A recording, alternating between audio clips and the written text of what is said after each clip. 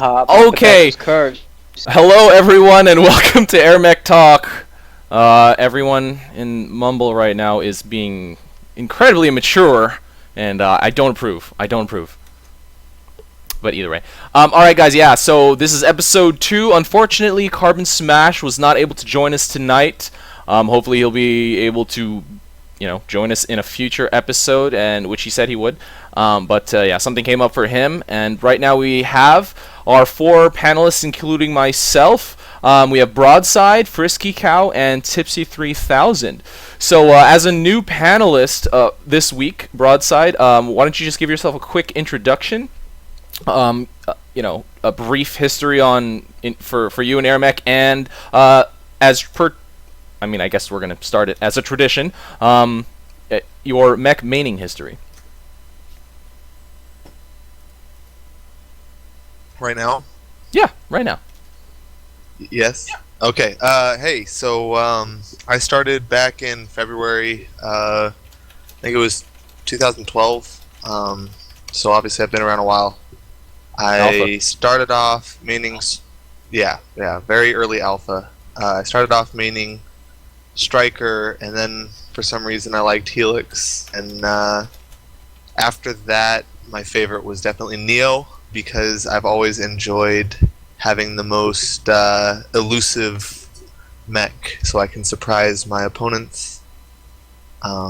Even though it hasn't always been the best mech, it's been a hell of a lot of fun to play. So yeah. Alright, cool. And Broadside, do want to mention that he is a previous tournament champion of the Double Kill tournament.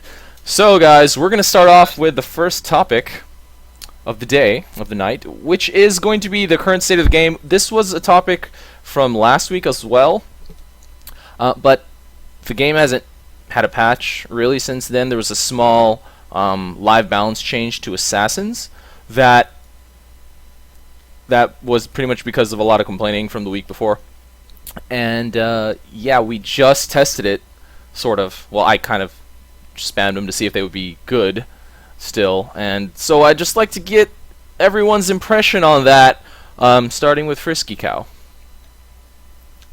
I still say they're counterable, but even though they have been nerfed, I don't know if they're fixed at all, but they still do the guaranteed damage, albeit they just do less.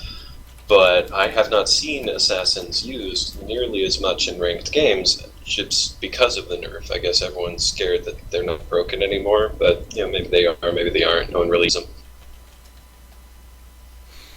Okay. Well, considering from what I saw in our little test run there, they could still just be just as powerful. You have no clue coming, there's still no way to detect them.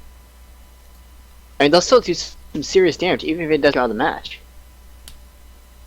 I think the best part is, even if it's a small amount of damage, it's guaranteed damage. They will get to the fort, they will attack it, they will tick it, so it just takes longer for Assassins to win you the game. Yeah, twice as long, actually. I mean, the fact that you can counter it specifically, I mean, we kind of went into this already last week, but I guess specifically I wanted to address the nerf. It got half the damage, I think, and the cost went up from 600 to 1,000. I was still able to make up pretty much a critical mass of it, of Assassins in, I don't know, what was it, 3 minutes, guys? And in a team game, it's still... Damage was reduced to 40, I do believe. Yeah, it was halved, so I guess theoretically you need twice as many Assassins, and it'll cost 40%, or no, sorry, 40%. 4 out of 6. 150%-ish. Yeah, that's true. Big number. Yeah, a lot more, significantly more, but still, it's still not that hard to pull off. I mean, I guess if you're playing against a really high-tier team or something like that, and they're going really aggressive, it's going to be hard to sustain without another guy also making army units, but I don't know. Yeah, I mean, not to mention, team game, you have that one guy not really be helping the rest of the team and just spam the Assassins and still do significant damage. All right, so the other, I think we're good on that. I think the Assassins are still right now abusable not obviously not to the extent they were before, but it's still not good. It's still whatever. I know James mentioned that there was going to be another change in a future patch or something like that, but until that happens, we won't actually know what it is, how the AI is updated, and hopefully without. I mean, I think they're going to kind of revert back the numbers, or at least put them close to it, and hopefully whatever AI changes they're going to do to the assassin will make them more not broken, less broken, more not, whatever. So, alright guys, next thing I just wanted to touch on for the current state of the game is that they actually increased the mech mech rotate speed while firing. I don't know if, I think Broadside, you're not 100% aware of it, but what it pretty much has done is made Warthog a lot more viable. Any observations, guys, that you might want to share? Okay, and that's a no. Or Frisky? Yeah, no, I haven't seen it, so I can't really talk about it. I'm sorry, I missed the last part of the question. I know, same here. I was like, I did what to say it. All right, that's good because that we don't really have to go too deep into it because there hasn't been that many changes. Executing Tipsy. Yeah, there hasn't been that many changes. Yeah, they're playing right now. We're in a game. To the game since last week. So we're going to just move on to the next topic, which is our past topic for the night, which is going to be power versus upkeep. And for some strange reason, my PowerPoint is lagging. I think due to the fact that we're in game right now. And oh boy, your upkeep point. Okay, there you go. It actually drew, finally. There you go. So, past mechanic, power versus upkeep. AirMech first started out using a fixed unit upkeep system, which was changed in favor of something more flexible called the power system. This system had us using a power pool that was consumed each time a unit was built, and each unit on the field reduced the team power generation rate. This system was determined to be, among other things, too complicated and not noob-friendly, which eventually led to its removal.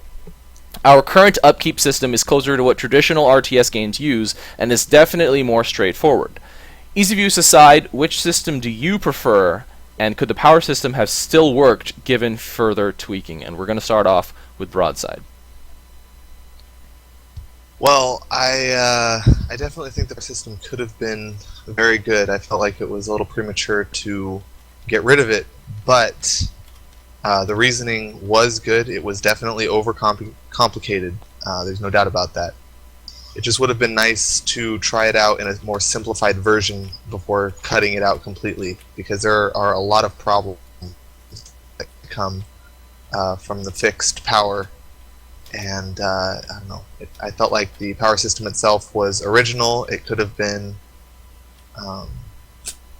very fluid, very nice to play with, but we'll never know.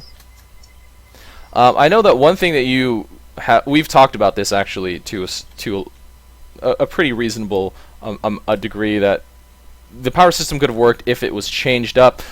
And I know one thing that you kind of said over and over is that the power pool was not really, I don't know, high enough, I guess. Like when people started, yeah, like when people started running out of power, you pretty much hit zero within a few seconds, and it didn't really allow you to really grasp what the power system was actually doing until you just had no more. So, what that and maybe something else, what do you think could have been tweaked to actually make the power system work? Well, first of all, I would have started off by giving actual detriments to not having not having power. If you were out of power, your units some sort of detriment should happen to either your base or your units. And yes, you said it exactly right. Whenever there was a change in power, it was instantly to minimum or instantly to maximum. You were never in the middle. Like, how often did you ever see players that were in the middle of their power? Almost never.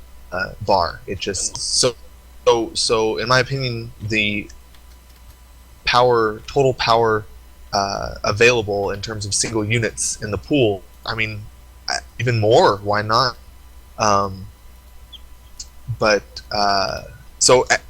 With such a small power pool, it was practically the same as what we have now, because it was hardly something other than a binary system, which I think that may have helped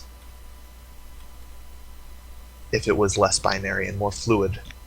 There's also a good period of time where they're trying to use power to balance artillery, like, okay, each shot from artillery consumes this amount of power when it fires.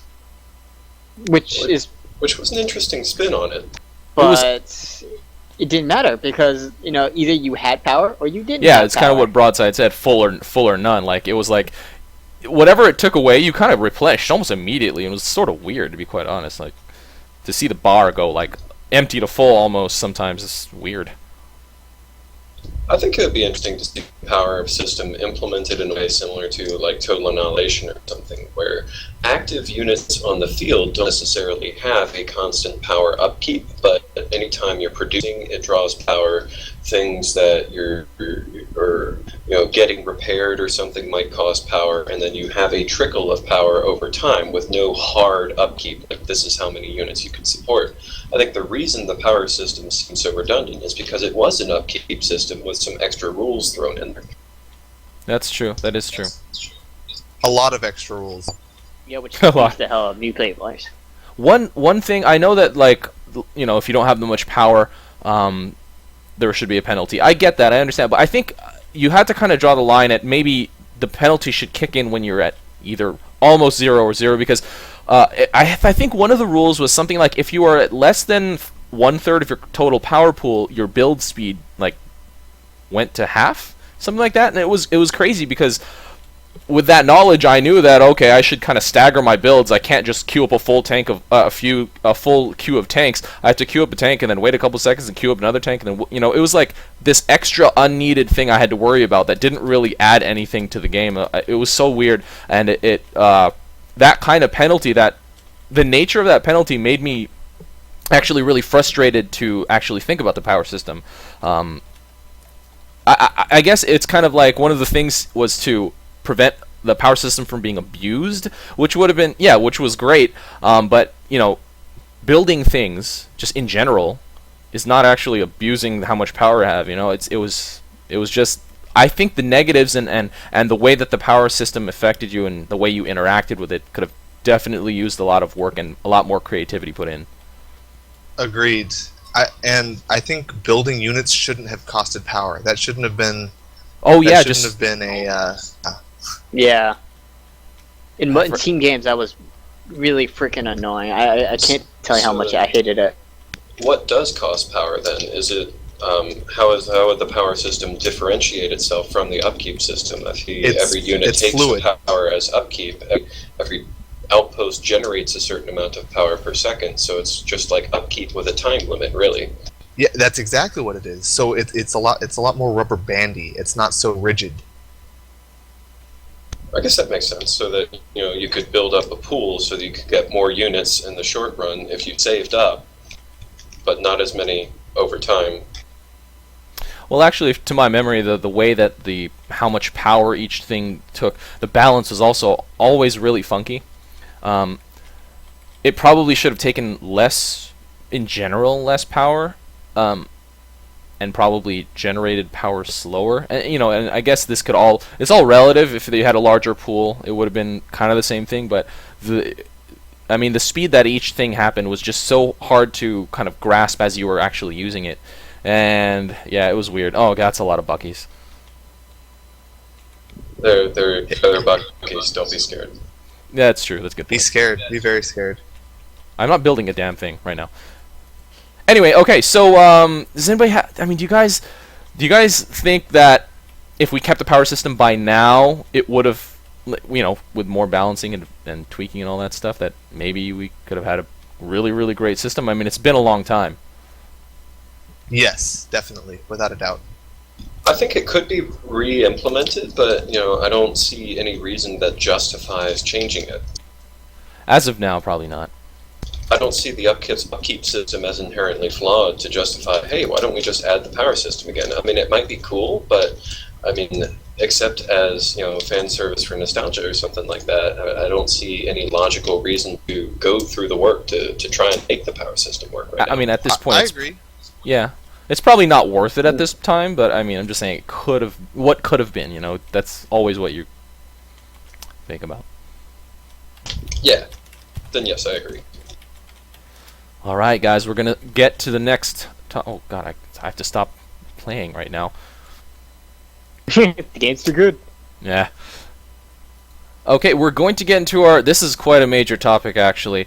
Our third topic of the day is going to be light unit roles. It seems like since the dawn of man, AirMech meta has been a tank-heavy meta.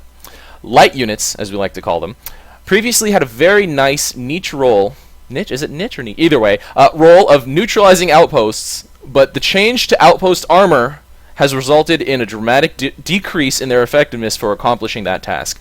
Nowadays, light units are more frequently used as distractions or in rushes, and have seen much less use over the last several months.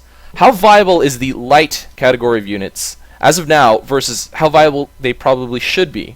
And should they be readjusted once again to once again fill the role of outpost neutralizer, or for that matter, any other role? We'll go with Frisky. I'm going to say that light units right now are not very good. Especially considering how outpost armor was buffed. I think that was more of a reaction not to light units being good neutralizers, but to infantry being good neutralizers. I think infantry, namely jumpers and flamers, were being used really heavily to neutralize posts without any hope of counterattack. It was just, flamer spam versus flamer spam, jumper spam versus jumper spam. And, in the reaction to that, I feel crippled the other units that are actually, supposed to do that, like zippers. If I take 10 zippers right now and go against an outpost, I can't neutralize it. And I don't think it's right. So I would love to see them go back to a neutralizing role, because right now the only reason you're going to get zippers is to try and clear out heavy mines or something like that. Which, although it's a counter, it's kind of a waste of a loadout slot. There are things that can fulfill that role. Tipsy? Well, the way I've always seen, like I said, like he said, I've always seen it as like an a harassment unit, an anti-outpost unit. Its main focus should have been, do that. But I also kind of figured there would be a maneuver unit attack so fast that the enemy AirMech can't react. But I think these all kind of problems may be related to the map. But as we've seen, recent balances and changes and stuff, that it really is starting to come down to the fact of how fast outposts heal infantry and somewhat, especially when they added the infantry bunkers. Not the infantry bunkers, but the infantry bulbs. That it's all about power, not how many units you can get there as quickly as you can, because AirMech's such a defensive game. Broadside? I partially agree with the previous two. I think it would be better served if they had more health. I think that all of the weapons that have low piercing do a fantastically large amount of damage, but they're underused purely because their intended targets are underused.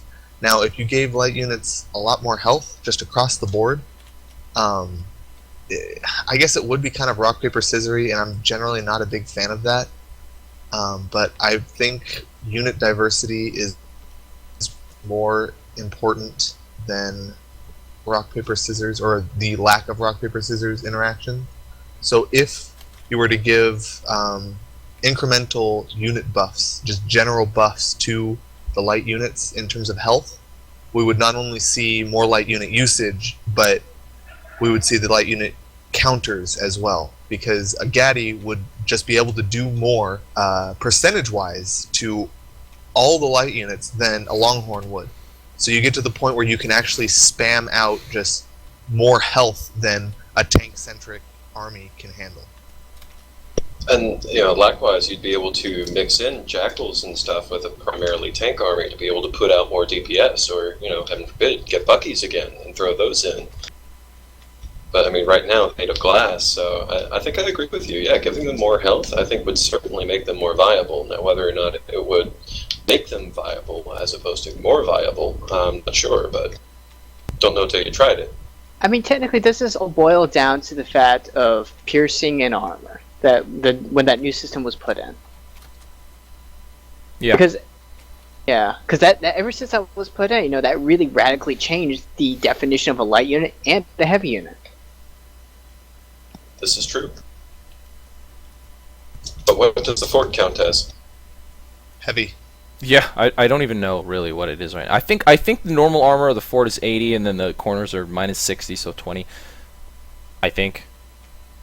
But anyway, well, yeah, I mean, I really think that it did really go down in a down.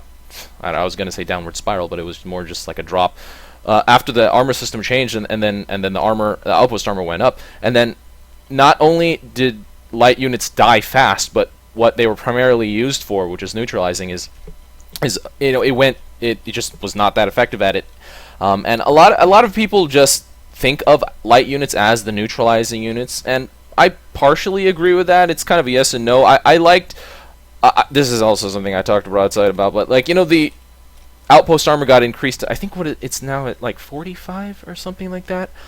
Something in between what it used to be and what it is now is probably good as to like where the outpost armor should be. Let's just say 30 just for the sake of it. Oh, come on, guys, that's okay. I guess we're like anyway. All right, so yeah, I think that let's just say for the sake of argument, for ease of understanding, the armor value for our outposts was 30. So, well, we could have a specific unit that is right at 30. That would probably be consensus the most cost-effective and best unit for neutralizing outposts.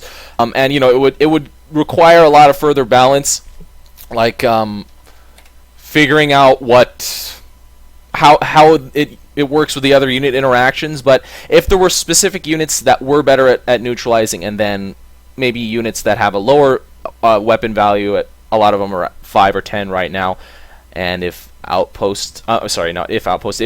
of light units were more used because they were more viable, and this kind of goes round and round with balance, but hold on, it's so hard to play and think at the same time. All right, I noticed. Okay, so yeah, where the hell was where was I? I was saying that maybe I should get two guys. Maybe I should get someone to play, and I can spec. That would be great. But yeah, I would prefer that light units are used more that way. Even though certain light units are not as good at neutralizing as others, they would be better at countering other light units with lower armor values. Shut up, Spot. Shut up. Well, yeah. I'll piggyback then and save you the effort. I feel like light units especially have had their roles taken from them by infantry, like the Mortys and stuff, where even the famous Jackal distract by Tangi, where you drop Jackals to distract tanks and make them useless while you push. Like, that's been taken by Mortys, it's been taken by Flamers, it's been taken by Assassins. Like, this infantry kind of overshadow light units, so is it a matter of infantry being too strong or light units being too weak? I think, buffing light units, that makes everyone happy. Then at least they kind of fulfill the same distraction role. Agreed.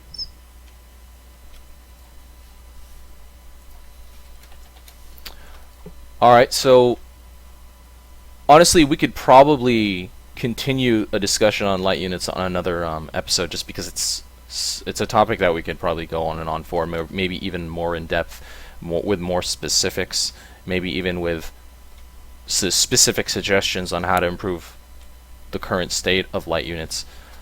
But for now, we'll just close it off. If anyone would like to, does anyone have anything that they'd want to specifically add right now, or else I can just move on? It's really easy to test this change out in a canary. Saying.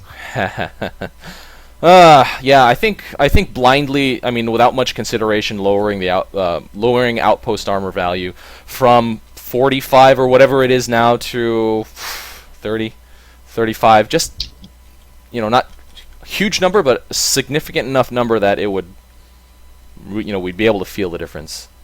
Anyone with a second? I I feel like that I would agree. result in a lot more GPs, a lot more drums. Once again, I think that gives more power to infantry users rather than light unit users. Yep. I would rather see the light units buffed rather than the outpost mechanics changed. No, yeah, agreed. But I mean that, it's again another issue of sort of round and round balance that it's probably more of an infantry issue also. I think infantry should, in general, have higher weapon values and lower DPS values, just so they aren't so damn effective against, neutralizing outposts.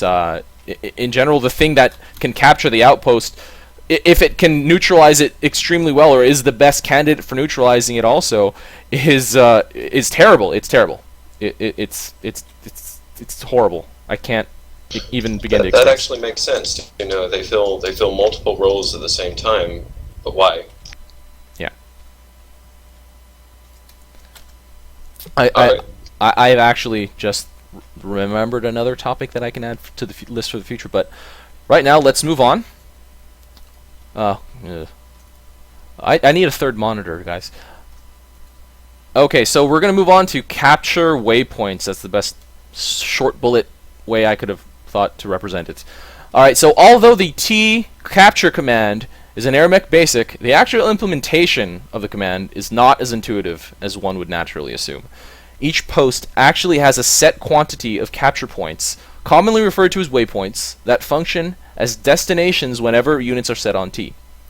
Without specific knowledge of the actual code, we cannot realistically understand what is or isn't possible for this mechanic, but veteran players are definitely aware of both the advantages and limitations of this system.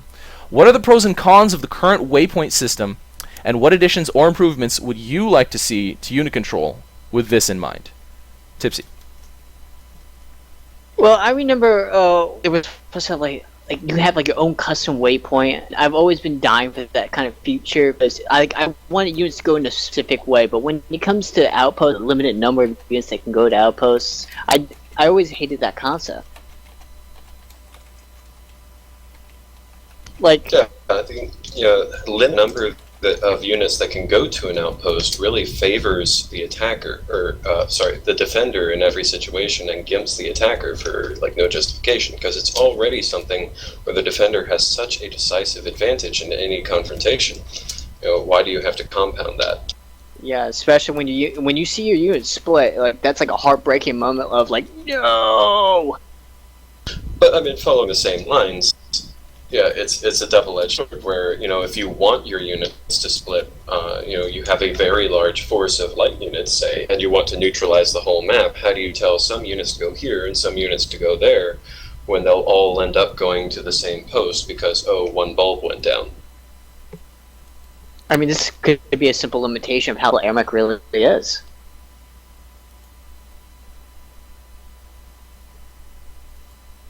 I think that I always wanted what's the word, where procedural generation, where each post would have procedurally generated points. Automatically just pretty much automatically generated, so they all have a good number.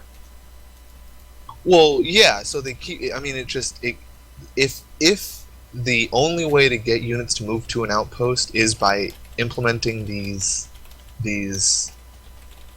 preset developer coded spots, why not just have a program that puts maybe 3 or 4 different radii distance wise, and then just checks at each point, can we have a unit move to this spot? Yes, we can. Puts a point there, and then moves on to the next angle, and then the next angle, and it goes all the way around so that you make sure that you get at least 20 different spots.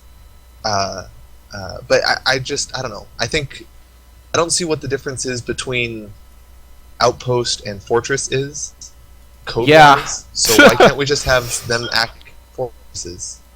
That's a great question. I don't think Everything can just go there at once. Yeah, exactly. I don't think we're gonna get an answer for that, honestly, as much as we'd ask. Because I think that's been kind of suggested several times before, but we never really had an answer. And actually, I know that certain outposts do have automatically generated waypoints. It's 20 for a lot of them, like a lot of them on Duel, a lot of them on Crater. It's just that some outposts don't actually have the space around it to actually let units, or they don't actually have enough space for full waypoints to be sort of in locations that are the predetermined locations. I don't know if it's actually automatically generated or if certain outposts just have, or if they can just say, here, put these specific 20 waypoints in this configuration around the outpost. I think that's probably it.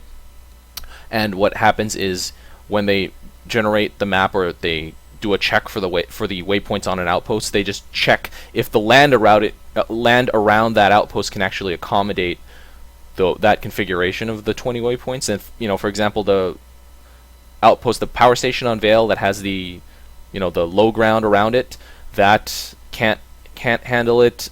Sandrim low outposts and Thar outposts where they have the land surrounding it, that can't handle it because there's not enough space. So I personally don't know how complicated it is to just manually tack on waypoints on outposts. I mean, you would naturally assume that it shouldn't be that bad. You just kind of plop them down and maybe assign them. Insane Firebat, I think he's been looking into it a little bit more.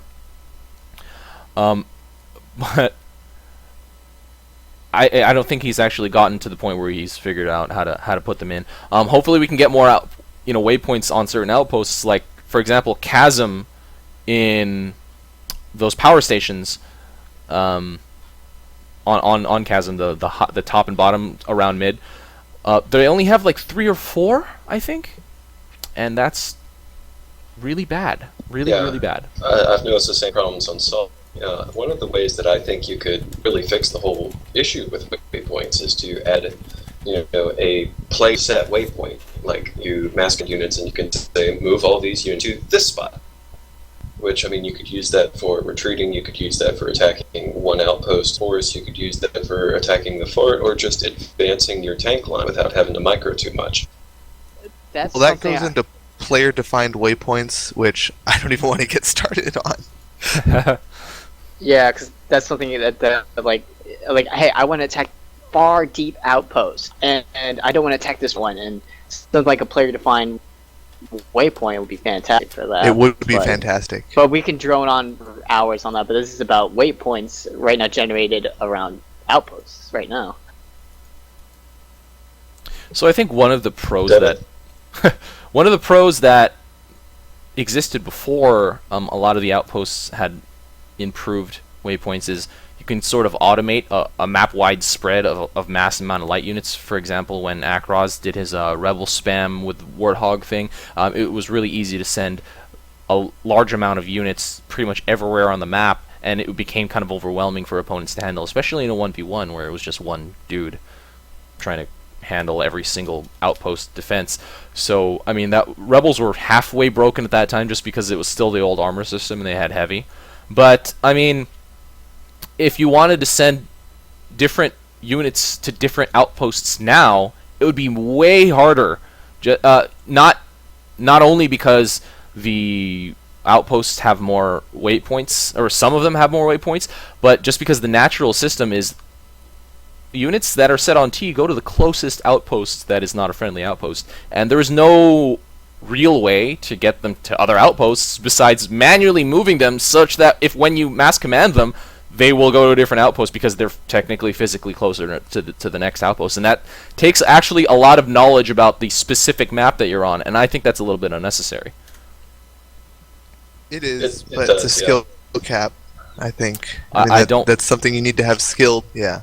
Yeah, but sort of. I would disagree with you. There's a difference between skill with the game, being able to take known mechanics and use them to your advantage, and information asymmetry, where you're better at the game just because you know more about how it works, not because you can implement what you know better.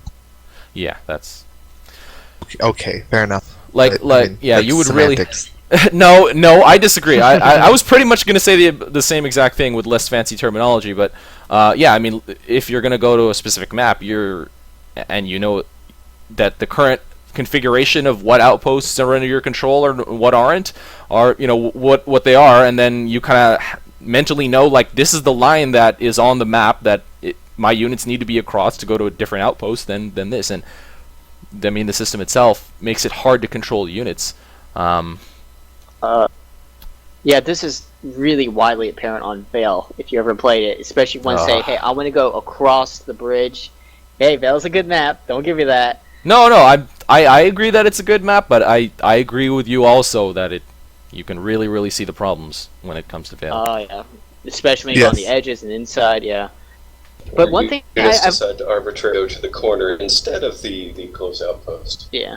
But the one thing I've always wondered is why can't there be a system like why doesn't the DT prioritize an enemy controlled outpost, neutral outpost? Like you can set that priority. I mean that seems difficult. I don't think it would be that bad. I mean, neutral versus it's just a different category. It was just I would think it would be a problem of actually integrating it into the interface of the game and how to actually make that control happen. Yeah, because this would allow players to, let's say, neutralize a forward outpost, but they don't want to capture, let's say. Instead, they want to manually capture that, but they want their entire force to go deeper. And I would figure, if they prioritize a player-owned outpost for the T command, then they would keep going deeper and deeper, but not attack the fortress. This gives some more automation, and this helps players who are not so skilled in using the mass commands, and tell them to mass stop and then mass go here. I think it would be a nice little aid for them. Yeah, you can get something kind of equivalent by microing around and being like, okay, now mass attack and then mass T again when they get closer to a different post. It's again a little bit. It's micro intensive, it's counterintuitive, and it's also inconvenient on maps that don't have a linear progression like Vale, where now you have two directions you can go. It works better on things like Duel and Nesthorn. Players should have more control over their units. Basically, is generally, yeah. Yes. Yeah. One thing I actually randomly thought about this week is because there's only 2 commands that are used in mass commands, and I know there's been a million suggestions as to how to fill the other 2, but I think because it's kind of already in the code in a way, maybe we could set the other 2, because F and G aren't being used, we can set them to not send to closest, but maybe send to second closest or third closest, and then we can actually specifically tell, especially because there's not like 100 outposts on each map. There's only like 7, and most of the time you own about half. If you could tell, for example, on Duel to not go to mid but to go to the forward or to the other close directly, which is the second or third closest outpost, then that would be pretty darn cool. And I think implementing it is not that bad now because they already have the code to send to closest, so I don't know. I guess it specifically depends on how it's done in the code, but I would hope that kind of thing isn't that bad. Thoughts? That makes sense. I kind of like that idea, but it wouldn't always be clear which outpost you would be sending to. Like, let's say you were at one of the middle outposts on Vale, and you sent it to second closest. Which one is that? Because there are 3 that are pretty much the exact same distance from that middle outpost, and it's the enemy's middle outpost and their 2 sides. They're almost all the same distance. So true. You remember what happened? Go ahead. I mean, I was thinking about it. What if outposts had a predefined number attached to it, and it would define in a like a certain path, like the second closest outpost on this map would be outpost number 3 for the top player, for example. You mean, well, I see. Like predefined, like how waypoints can be predefined. Could you cycle through them? I mean, it depends or would it just how, tell you prioritization? You would, if they ever put the large map back in, that'll be nice info on that. But I guess it would prioritize, I assume, like in a specific order. I would assume. I think player-defined waypoints would solve all of these problems, though. I mean, if you could drop a waypoint while you're not carrying anything, like let's say you press T while you're not carrying anything, and a T waypoint drops, and the next time you use your T order, it goes to that waypoint. Like you could send it to whichever outpost you want. I mean, I feel like no need to cycle through anything, no need to have specific outposts pop up in your order bar to send to. Like, I just feel like player-defined points to drop to. Like, hey, I pressed C over this spot right here. Now whenever I drop my units with the C command, they all move to there and hold position. I don't know. I think that's very easy to do, and it would solve all of these problems. I think that would actually add a whole lot to the game, because then you start seeing people move their units to places that aren't outposts. Because, you know, part of why all the action is focused around outposts is because you can't move your units anywhere else.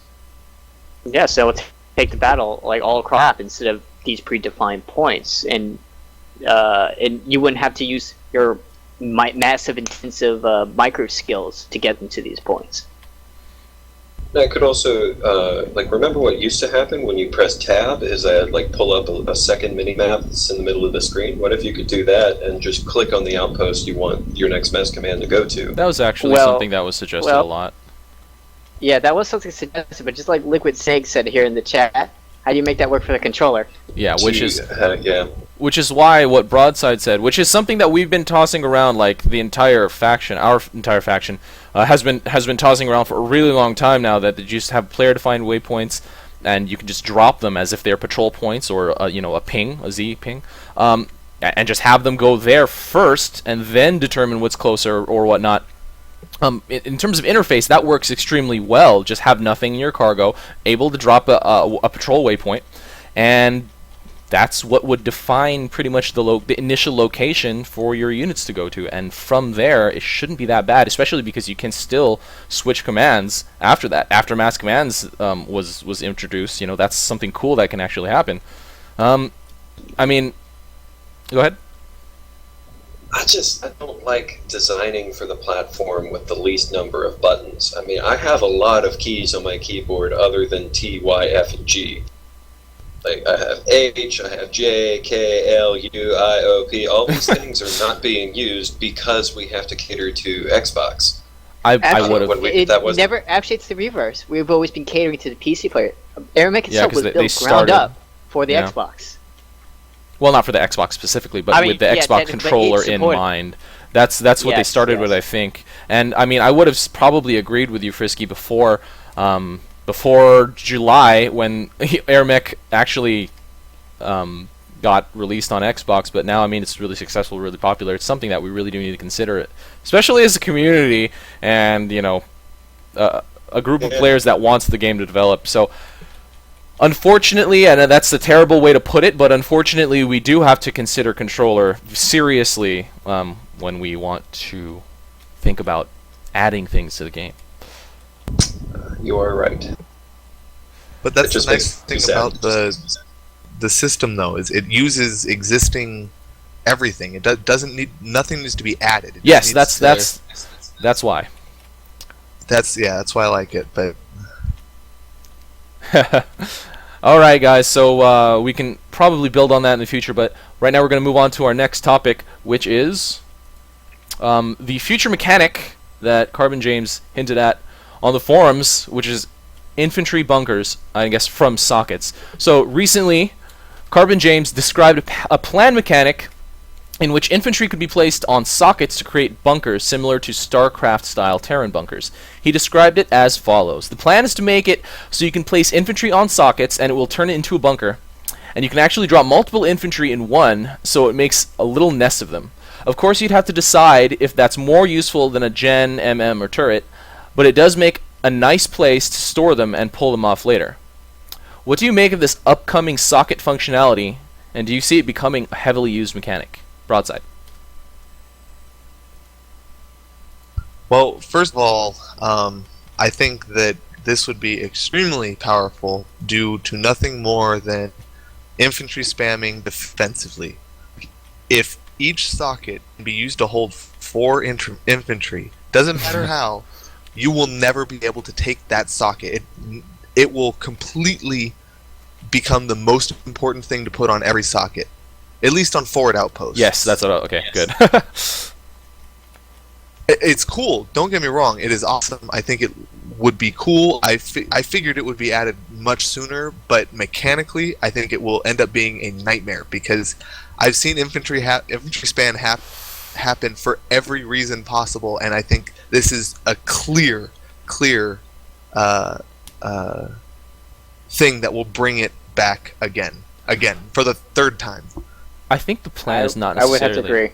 I think the plan is not necessarily to make it like an infantry bunker, like when your bulbs get knocked down, they fill in. But I think it's just supposed to be something like they stay there, get protected by the bunker, and stuff. No, What it's if like they stay defenses. there, get hit, but don't heal?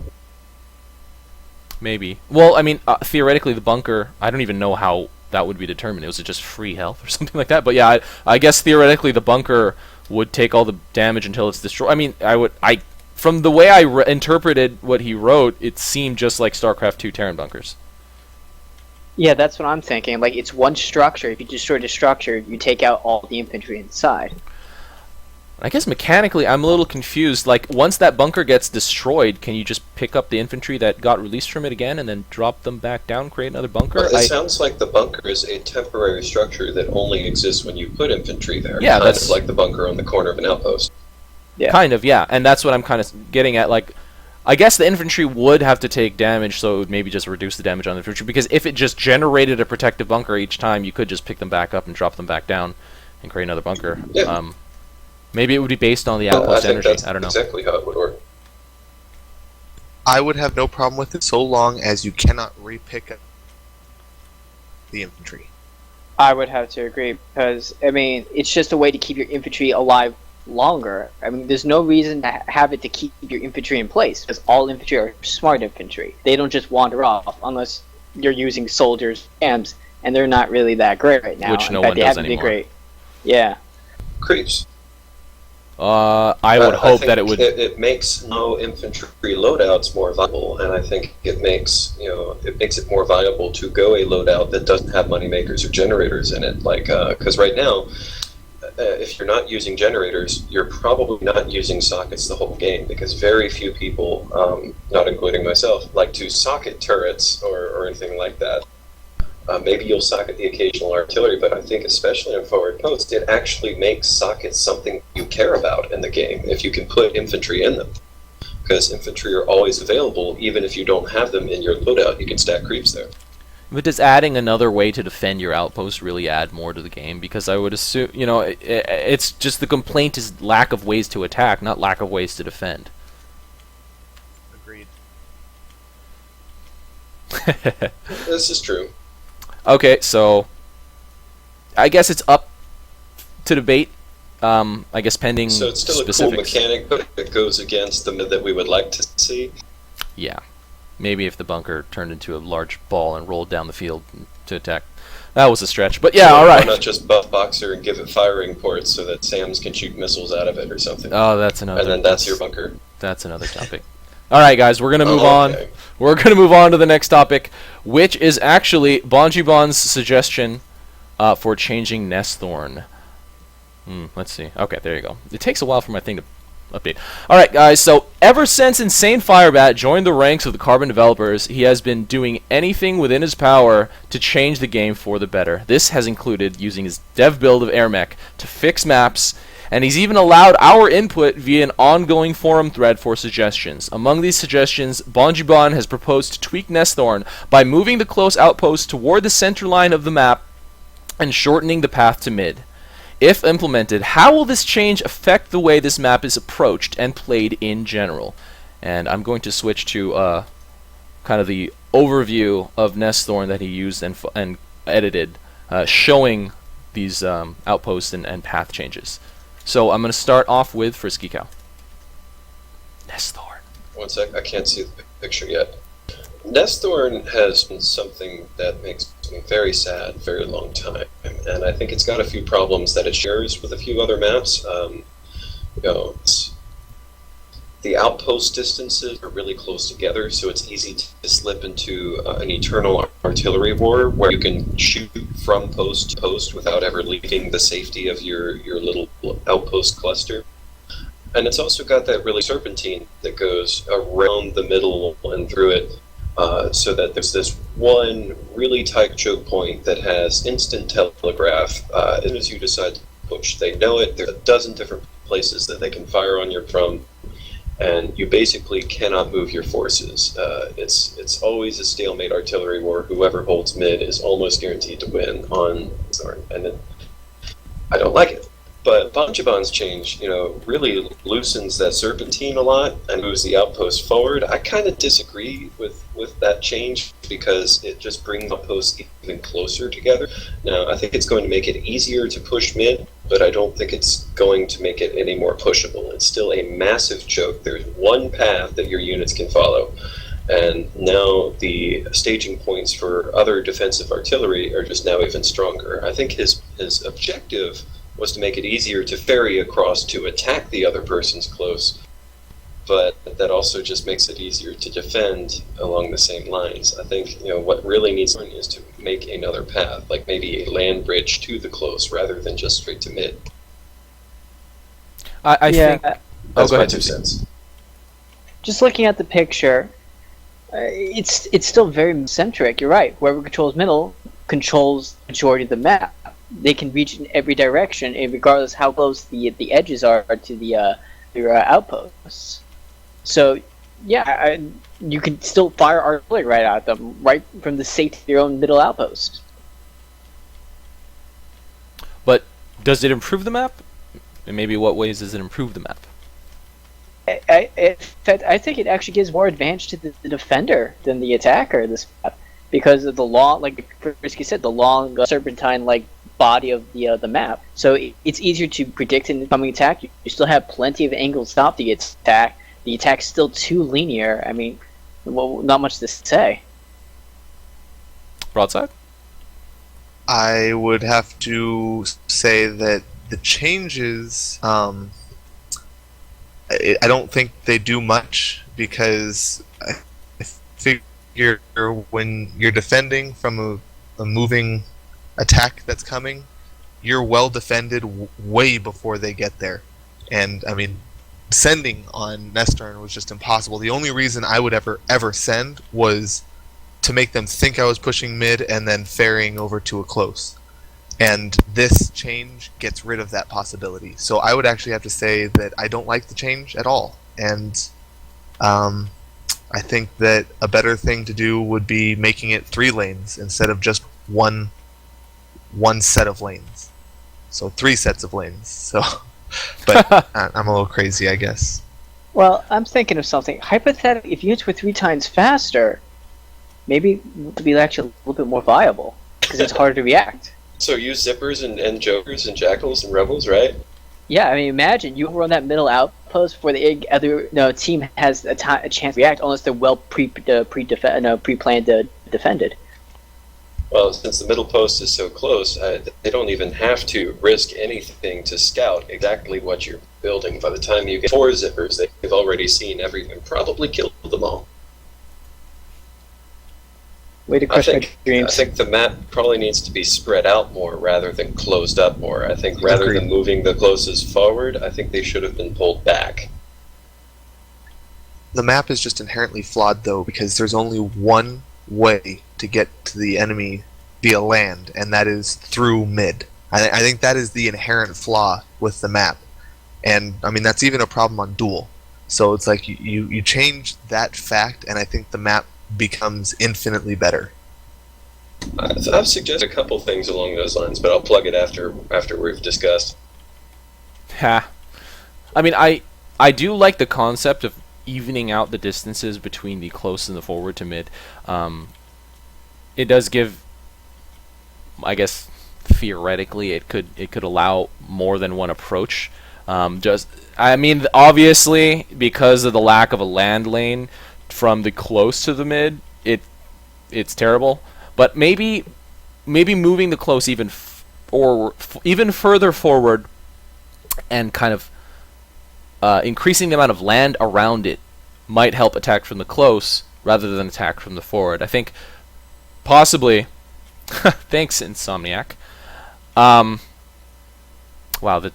God, you guys are getting not pleasant in chat, but yeah, I think maybe a good way to approach Nesthorn might be to encourage attacking from the close versus attacking from the forward, because it's easy to attack from that land lane, but I guess the biggest problem is still the power of holding mid.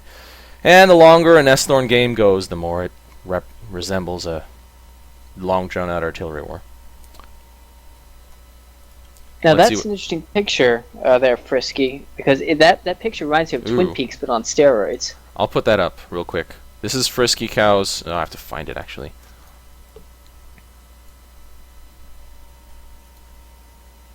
Because, I mean, similar to Duel, and, the map is shaped like a rectangle when you have the space of a square to deal with. I don't know how easy it is to actually expand the map borders like that, but I think that's really kind of what needs to be done with it. It makes it resemble Veil a lot more, because you have the 3 paths, you have the extra outpost. Now, you'd still have really close distances, but you'd have other options. Sorry, it's taking me a little time to put this up on the screen. I agree. Okay, so that is FriskyCow's suggestion for Nesthorn. So he's adding 2 lanes. Actually, I don't know why, but I've recently noticed that some of the map boundaries have gotten weird, and I have a feeling it's not that bad to mess with them, the size of the boundaries of the map. So I don't know. Hopefully, I mean, this is obviously more than just a small tweak or change. It took Insane Firebat like a really long time. I mean, most of the time he was learning too, but it did take him a while to just move the bridges outward on Chasm, so it got a little... It's not so simple, I guess, is the way we can think about it. BonGeBon's suggestion turns into Frisky's suggestion. Hashtag BonGeBon sucks. If we're talking about changing the map, I think we should consider more than one option. I'll just say that to justify my hijacking. If we're talking about changing the map and presenting multiple options, maybe we should consider temporarily removing it from the pool. Just saying. Anyway, okay. No one plays Nesthorn anyway now that map voting took place. Yep. Except for that one time where we played and we were like, what the hell? Anyway, alright guys, so we're going to move on to the first viewer question from Insomniac. Oh, let me... I did not do that right. I have to put that back on. One sec, guys. Are you working the PowerPoint? And I have to also work the OBS as well. Alright, this question is from Insomniac311. What AirMech ability specific part would you like to see next that doesn't exist? Or what Mark 2, 3, or 4 part would you like to see added? So AirMech ability specific part, such as the blink one that makes the saucer blink faster and reduces the efficiency or something, and Angel snipe gun a little bit stronger thing, Helix rapid missile loader, something like that. I forgot who I gave it to last time. But okay, Tipsy. Alright, I would try to answer this question, but it would go against my morals. I honestly don't like parts. I don't like the concept of parts and how they radically make min-maxing and the specifics of how it's put in that encourages specific min-maxing. So, I mean, I honestly, I would like to see parts just removed, period. The focus should be on the units you bring and not how you min-max your mech. The mech should play a role how you play, but it should not be the main thing to be focusing on. Yeah. I think the parts can be a good thing. I mean, I think parts that clearly give you bonuses without really having negatives, like they're not really customizing your playstyle as much as upgrading your mech as you go. But I think, having a part that buffs one role of your mech while reducing another, like Osprey, for example. Like, I love, Osprey's ability to use its units as the mainstay damage dealing capacity. And so its healing is a big factor of that, but most of the healing parts and stuff buff healing and then kill your AirMech's damage resistance, your AirMech's damage dealing. It'd be interesting to see some sort of combat medic part that, kind of forgoes, your buffs to your units and then instead makes your mech good as Osprey. Like double armor or something, but wear 2 steels. Something I've been interesting about this whole part upgrade system I've been noticing is that you're right, yeah, it adds a negative, but technically as your mech levels up, shouldn't it be getting better and not getting these negatives attached to it? Well, they're not level ups. They're parts that you put in that have benefits and drawbacks. But the mech itself does progress through levels. It starts at 1, it goes to 10, and as you get more experience, you're able to put more parts on. It makes me think that parts are intended to be a progression that you as you get more levels, you should be putting more parts. Otherwise, you're just missing an opportunity. All right. Well, I think that higher point values should give larger drawbacks along with larger bonuses. So it's not necessarily better parts, but it's easier to focus exactly on what you want to focus on. Whereas it'd be bad for a new Warthog player to decrease their speed by 50% in just to get that 20% extra damage as an extreme case. So, like a good player who knows how to move around with the Warthog in conjunction with other things, with their teammates, whatever, they can get that benefit.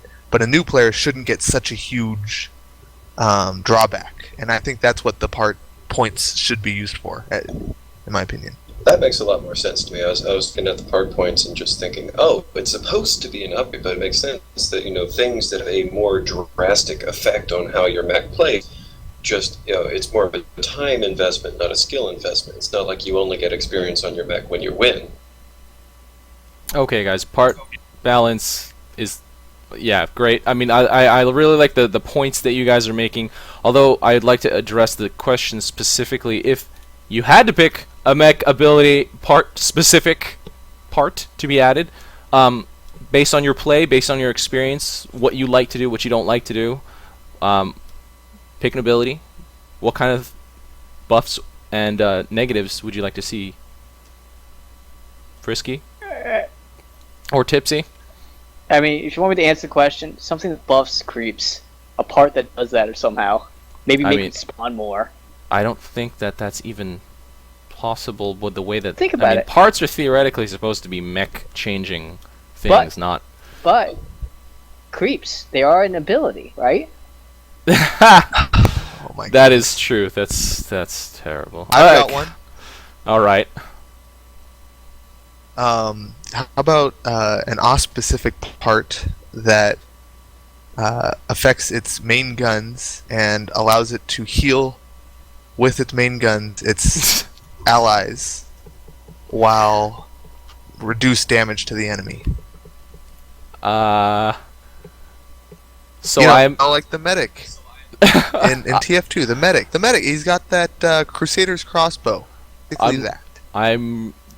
This has been suggested and pretty much has been shot down just because it's actually mechanical change and not just a statistical change.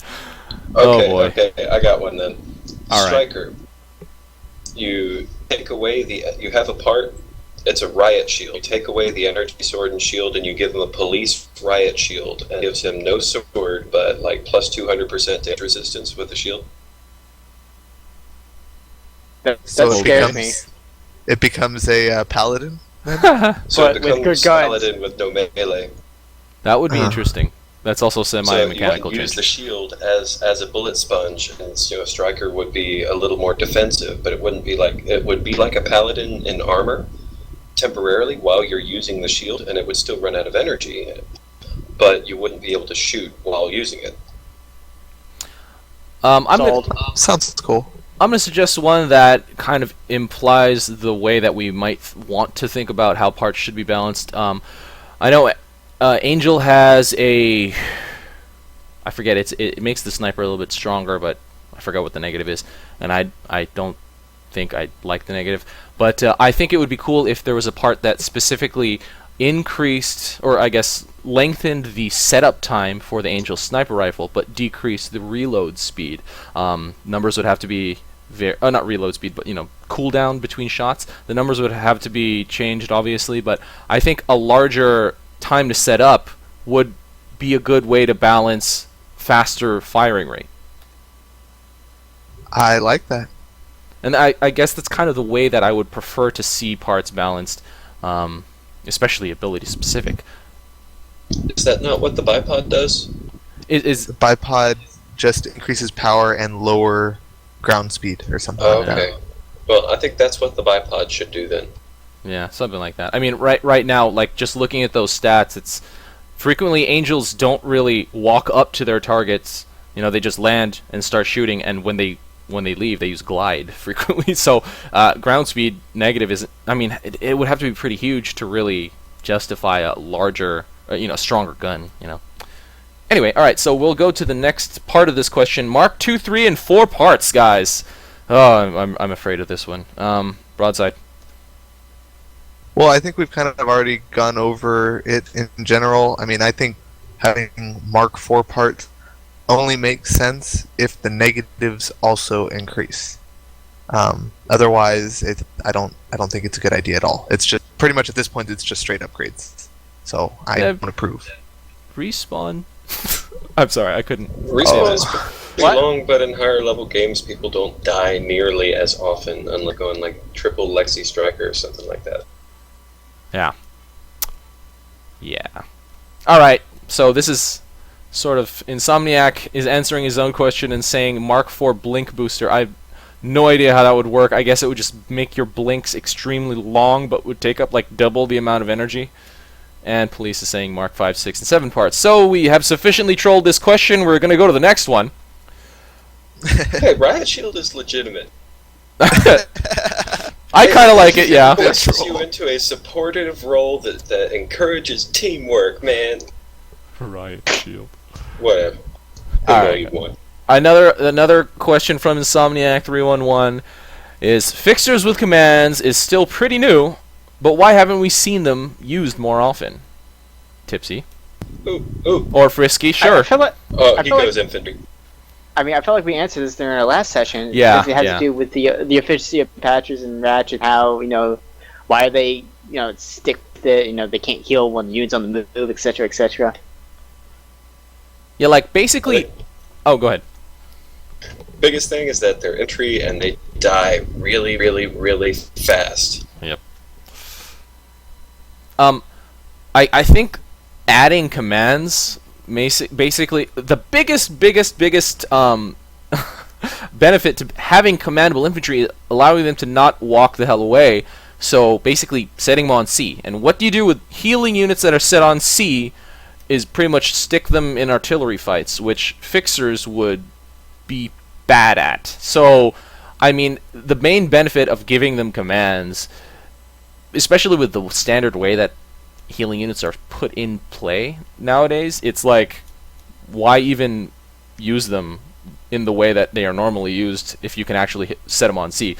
I guess what we were saying last time is set them on patrol. It would be really cool to see them be able to heal as they've moved. But that's something that needs to happen and get approved, I guess. Depending on how cost effective the heal is, I think fixers are always fun if you sprinkle them into a push, like following the tanks in the front, so that your higher HP units that are already in the front, rollers and stuff, now have even. I'm sorry, you cut off. Cost of fixers. We heard rollers. Set fixers to follow. Set fixers to follow higher density HP units at the front of a push. Yeah, I mean that's that would use increases them for. their survivability based on the cost efficiency of a fixer, whether or not it's more cost efficient to just buy another roller. provided I haven't that crunched those numbers, but it is a fun thing to do. provided that they're protected with enough AA. Just because any mech flying by can destroy them very, very fast, even if they're healing each other, it's still just what commands Not don't to make them more mention- survivable. AOE would, even if it does nothing to the tanks, it will wipe out all those fixers in one hit. Exactly. Usually.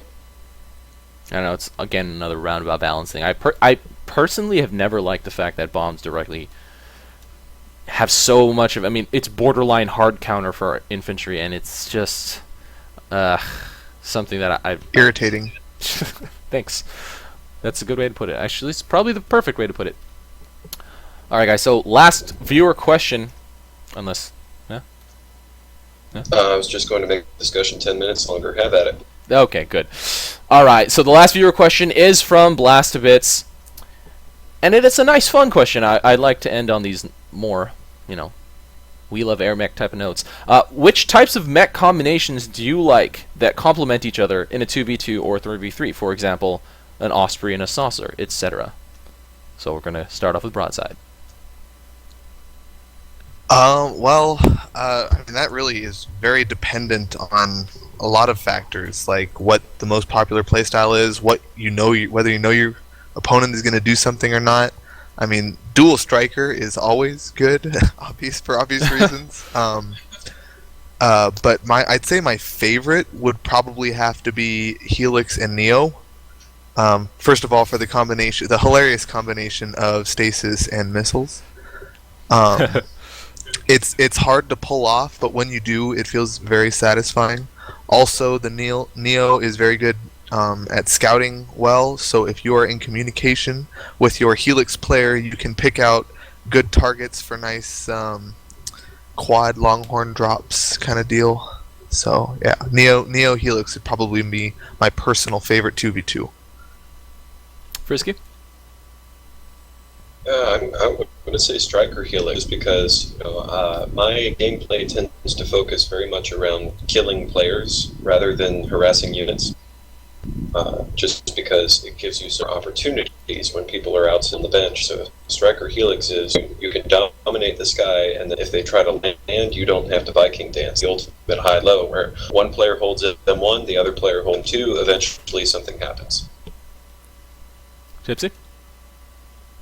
From back in my days of hero hogging, it would have to be Osprey Warthog. Just have that Osprey sit right behind you. You need units. It doesn't matter how many Seekers they used to have. Seekers back then weren't as strong. You just drop down as a Warthog, have the Osprey healing, you just wipe out everything. End of story. That was actually awesome. Good times. In a 3v3 situation, I've personally wanted to see more triple mech combinations. Not like, combination, but 3 mechs of the same type. Like, for example, triple helix would be kind of ridiculous. It would basically be a you can't land in this game. If there were 3 helix, you would die pretty darn fast. Even late game, I guess, unless you're like a warthog using its ultimate or something. But even paladins would die pretty fast to 3 helix, especially if they could just circle and hit them from multiple angles. Things like that. It would be hard to sustain things like Triple Angel, especially at the beginning of the game, obviously, just because it's pretty much a carry. You'd have to bring that mech to mid to late game. But also, Triple Saucer is pretty hilarious. I mean, it's not super effective or anything, especially in high-tier play, but actually in the mid-levels of the game and closer to like the lower end of the higher tiers of the game, you can really, really abuse Triple Saucer Abduct and, to an extent, Death Ray, but there was one time where I had, I think it was Sean and Good Day helping me, we were just on Veil because we wanted to try it, and we maxed out parts for Abduct, and we took everything, and it was great. And that was super fun. Sounds funny. Yeah. Alright, guys, so that concludes the second episode of AirMech Talk. I'd like to thank my panelists, Broadside, FriskyCow, and Tipsy3000. Broadside, first time on AirMech Talk. I guess that was the last time for everyone, but how'd you like the show? Thanks for having me. It was good. Nice to come back and complain about AirMech. I haven't done that for a while. It's become kind of a favorite pastime for a lot of us. Frisky and Tipsy, thanks again for coming and joining in. And thank you everyone else for joining, watching, participating in Mumble Chat. Everyone that's in here right now, you guys can see everyone on the screen. I guess it cuts off at police, but Tipsy is under there as a TI. So yeah, guys, if anyone is interested in being a panelist, make sure to contact me. Make sure, obviously the requirements are to have Mumble and to have a microphone, and preferably something that has not a really terrible quality microphone or microphone, so we can actually hear you well. But yeah, anyone is definitely welcome to come and talk. Just talk to me. I just want to kind of verify that you know something about AirMech, but we'll try to get as many guests on the panel as we possibly can. We only went about 15 minutes over, guys. I think. Are you guys proud of me? Yeah, very, very good job. We're getting closer. Yeah. You're a cool dude, bro. I'm getting better at telling you to shut up, I think is what it might be. Alright, so yes, next episode next week we're going to try to get some new guests and some much more interesting topics. Make sure you guys check out the forum threads. If you have any suggested topics or questions that you'd like to throw them in the current thread now. That's completely fine. I'll be checking on it and I'll put them into my big master list of topics. So yeah, again, thanks for attending AirMech Talk and have a good night.